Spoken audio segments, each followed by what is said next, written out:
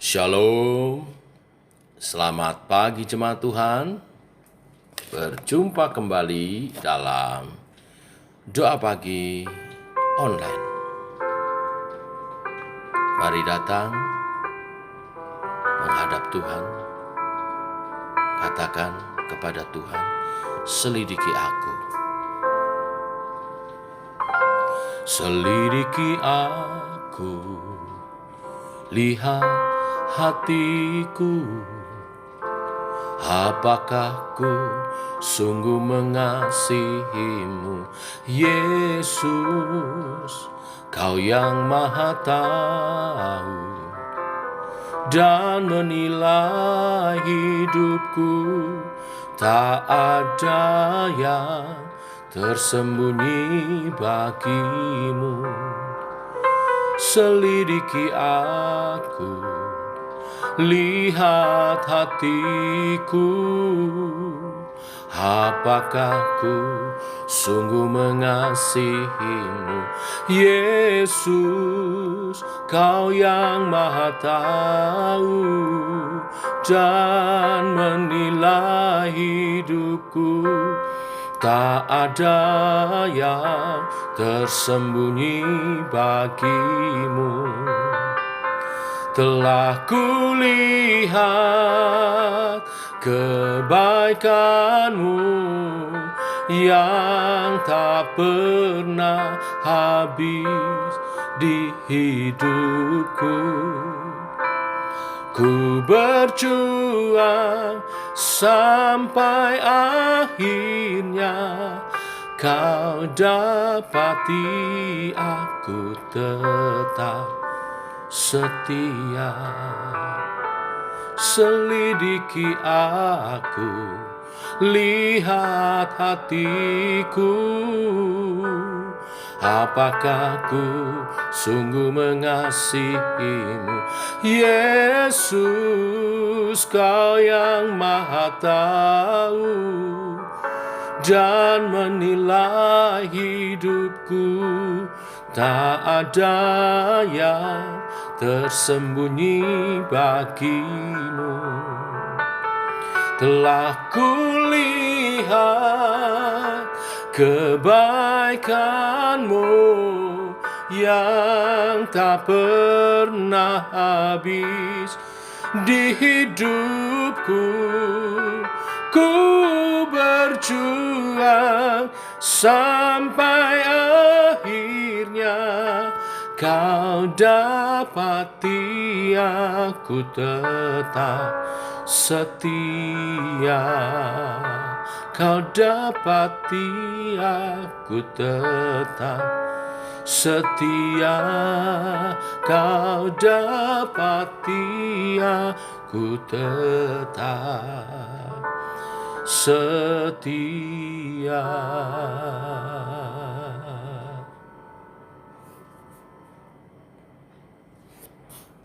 Biarlah pujian ini menjadi kenyataan iman kami, setia sampai masa akhir hidup kami. Terus Allah Roh Kudus bimbing kami. Dalam nama Yesus teguhkan oleh kebenaran firman yang sebentar kami renungkan. Amin. Bapak Ibu, kita lanjutkan renungan firman Tuhan pada pagi hari ini. Kejadian pasal 43. Ada 34 ayat. Kita baca, Bapak Ibu, mari. Tetapi hebat sekali kelaparan di negeri itu. Dan setelah gandum yang dibawa mereka dari Mesir habis dimakan, berkatalah ayah mereka, pergilah pula membeli sedikit bahan makanan untuk kita. Lalu Yehuda menjawab, orang itu telah memperingatkan kami dengan sungguh-sungguh.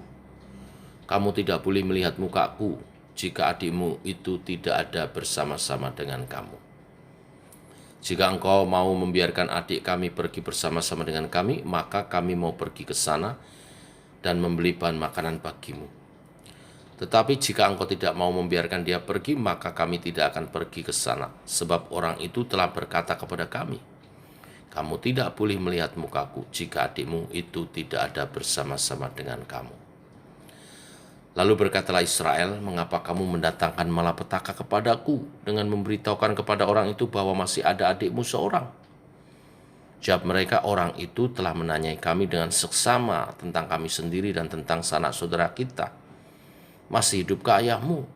Adakah adikmu lagi?" Dan kami telah memberitahu semuanya kepadanya seperti yang sebenarnya.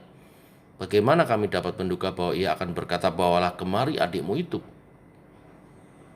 Lalu berkatalah Yehuda kepada Israel ayahnya, "Biarkanlah anak itu pergi bersama-sama dengan aku, maka kami akan bersiap dan pergi supaya kita tetap hidup dan jangan mati, baik kami maupun engkau dan anak-anak kami. Akulah yang menanggung dia.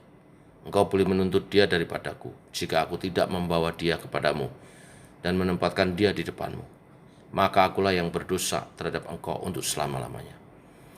Jika kita tidak berlambat-lambat, maka tentulah kami sekarang sudah 2 kali pulang." Lalu Israel ayah mereka berkata kepadanya, "Jika demikian, perbuatlah begini. Ambillah hasil yang terbaik dari negeri ini dalam tempat gandummu dan bawalah kepada orang itu sebagai persembahan. Sedikit balsam dan sedikit madu, damar dan damar landan, buah kemiri dan buah badam. Dan bawalah uang 2 kali lipat banyaknya. Uang yang telah dikembalikan ke dalam mulut karung-karung itu haruslah kamu bawa kembali. Mungkin itu suatu kekilafan. Bawalah juga adikmu itu. Bersiaplah dan kembalilah pula kepada orang itu. Allah yang Maha Kuasa kiranya membuat orang itu menaruh belas kasihan kepadamu, supaya ia membiarkan saudaramu yang lain itu beserta Benyamin kembali. Mengenai aku, jika terpaksa aku kehilangan anak-anakku, biarlah juga kehilangan." Lalu orang-orang itu mengambil persembahan itu dan mengambil uang 2 kali lipat banyaknya, beserta Benyamin juga. Mereka bersiap dan pergi ke Mesir, kemudian berdirilah mereka di depan Yusuf. Ketika Yusuf melihat Benyamin bersama-sama dengan mereka, berkatalah ia kepada kepala rumahnya, "Bawalah orang-orang ini ke dalam rumah, sembelilah seekor hewan dan siapkanlah itu, sebab orang-orang ini akan makan bersama-sama dengan aku pada tengah hari ini." Orang itu melakukan seperti yang dikatakan Yusuf, dan dibawanyalah orang-orang itu ke dalam rumah Yusuf. Lalu ketakutanlah orang-orang itu karena mereka dibawa ke dalam rumah Yusuf. Kata mereka, "Yang menjadi sebab kita dibawa ke sini ialah perkara uang yang dikembalikan ke dalam karung kita pada mulanya itu, supaya kita disergap dan ditangkap dan supaya kita dijadikan budak dan keledai kita diambil." Karena itu mereka mendekati kepala rumah Yusuf itu dan berkata kepadanya di depan pintu rumah, "Mohon bicara Tuan, kami dahulu datang kemari untuk membeli bahan makanan. Tetapi ketika kami sampai ke tempat bermalam dan membuka karung kami, tampaklah uang kami masing-masing dengan tidak kurang sejumlahnya ada di dalam mulut karung. Tetapi sekarang kami membawanya kembali. Uang lain kami bawa juga kemari untuk membeli bahan makanan. Kami tidak tahu siapa yang menaruh uang kami itu ke dalam karung kami." Tetapi jawabnya, "Tenang sajalah, jangan takut. Allahmu dan Allah bapamu telah memberikan kepadamu harta terpendam dalam karungmu. Uangmu itu telah kuterima." Kemudian dikeluarkannyalah Simeon dan dibawanyalah kepada mereka. Setelah orang itu membawa mereka ke dalam rumah Yusuf, diberikannyalah air supaya mereka membasuh kaki, juga keledai mereka diberi makan. Sesudah itu mereka menyiapkan persembahannya, menantikan Yusuf datang pada waktu tengah hari, sebab mereka telah mendengar bahwa mereka akan makan di situ. Ketika Yusuf telah pulang, mereka membawa persembahan yang ada pada mereka kepada Yusuf di dalam rumah. Lalu sujud kepadanya sampai ke tanah. Sesudah itu ia bertanya kepada mereka, "Apakah mereka selamat?" Lagi katanya, "Apakah ayahmu yang tua yang kamu sebutkan itu selamat? Masih hidupkah ia?" Jawab mereka, "Hambamu, ayah kami, ada selamat. Ia masih hidup." Sesudah itu berlututlah mereka dan sujud. Ketika Yusuf memandang kepada mereka, dilihatnyalah Benyamin, adiknya yang seibu dengan dia. Lalu katanya, "Inikah adikmu yang bungsu itu, yang telah kamu sebut-sebut kepadaku?" Lagi katanya, "Allah kiranya memberikan kasih karunia kepadamu, anakku." Lalu segeralah Yusuf pergi dari situ, sebab hatinya sangat terharu merindukan adiknya itu. Dan dicarinyalah tempat untuk menangis. Ia masuk ke dalam kamar lalu menangis di situ. Sesudah itu dibasuhnyalah mukanya dan tampil keluar. Ia menahan hatinya dan berkata, "Hidangkanlah makanan." Lalu dihidangkan makanan bagi Yusuf tersendiri, bagi saudara-saudaranya tersendiri, dan bagi orang-orang Mesir yang bersama-sama makan dengan mereka itu tersendiri. Sebab orang Mesir tidak boleh makan bersama-sama dengan orang Ibrani, karena hal itu suatu kekejian bagi orang Mesir. Saudara-saudaranya itu duduk di depan Yusuf dari yang sulung sampai yang bungsu, sehingga mereka berpandang-pandangan dengan heran. Lalu disajikan kepada mereka hidangan dari meja Yusuf, tetapi yang diterima Benyamin adalah 5 kali lebih banyak daripada setiap orang yang lain. Lalu minumlah mereka dan bersukaria bersama-sama dengan dia. Bapak Ibu masih lanjutkan kisah tentang Yusuf. Yakub Israel meminta anak-anaknya kembali ke Mesir untuk membeli bahan makanan. Di pasal sebelumnya, kita tahu Yusuf tidak mengizinkan mereka kembali kecuali membawa Benyamin. Dalam hal ini Yakub merasa berat hati mengizinkan mereka membawa si bungsu. Dia sepertinya tidak mau mengulangi tragedi kehilangan anaknya lagi, kehilangan Yusuf waktu itu. Tetapi Yehuda menjadikan dirinya sebagai jaminan. Dia meyakinkan Yakub Israel untuk membawa Benyamin, dan dia meyakinkan akan membawa pulang kembali. Sebab pikirnya bila dia tidak berhasil membawa Benyamin, ia akan dan keluarganya akan dihukum, dibunuh. Akhirnya Yakub menyerah dan mengizinkan mereka membawa Benyamin, ditambah persembahan dan upeti untuk memohon belas kasihan kepada pemimpin Mesir itu. Bapak Ibu masih ingat kisah sebelumnya, saudara-saudara Yusuf membenci Yusuf karena iri. Mereka cemburu dengan segala keistimewaan yang didapat Yusuf. Di perjamuan makan yang dibuat Yusuf bagi saudara-saudaranya, ketika tiba di Mesir, mereka dibawa ke rumah Yusuf untuk perjamuan makan bersama. Dalam perjamuan itu, ia sengaja memberikan porsi 5 kali lebih banyak kepada Benyamin, adiknya, adik mereka semua yang bungsu. Yusuf ingin mengetahui apakah saudara-saudaranya akan menjadi iri, membenci Benyamin sama seperti dulu ketika membenci Yusuf karena memperoleh segala sesuatu yang istimewa dari Israel. Dan rupanya saudara-saudara Yusuf sepertinya sudah berubah. Bapak Ibu sama seperti Yusuf yang rindu saudara-saudaranya juga bertobat, dan pertobatannya itu sungguh-sungguh. Allah juga menginginkan perubahan yang sejati kepada setiap anak-anaknya. Tuhan tidak mau pertobatan kita naik turun mengikuti situasi dan kondisi. Tuhan mau kita memiliki pertobatan yang sejati. Untuk itu memang dibutuhkan proses melawan keinginan-keinginan daging. Tentu saja ini tidak mudah. Tapi jangan khawatir, Allah Roh Kudus akan membimbing kita. Dia akan memampukan dan memberikan perubahan yang sejati.